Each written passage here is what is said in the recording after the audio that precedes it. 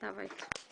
За рекой погода, за рекою туманы, за холодным туманом, где-то солнце встает, только мама седая, моя милая мама, у крылечка родного,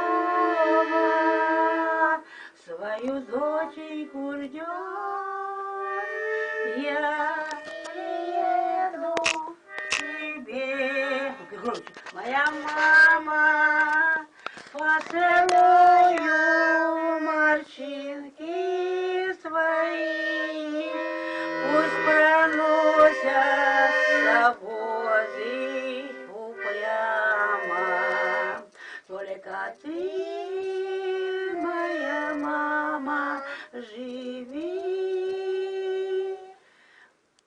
Ну, хватит пока.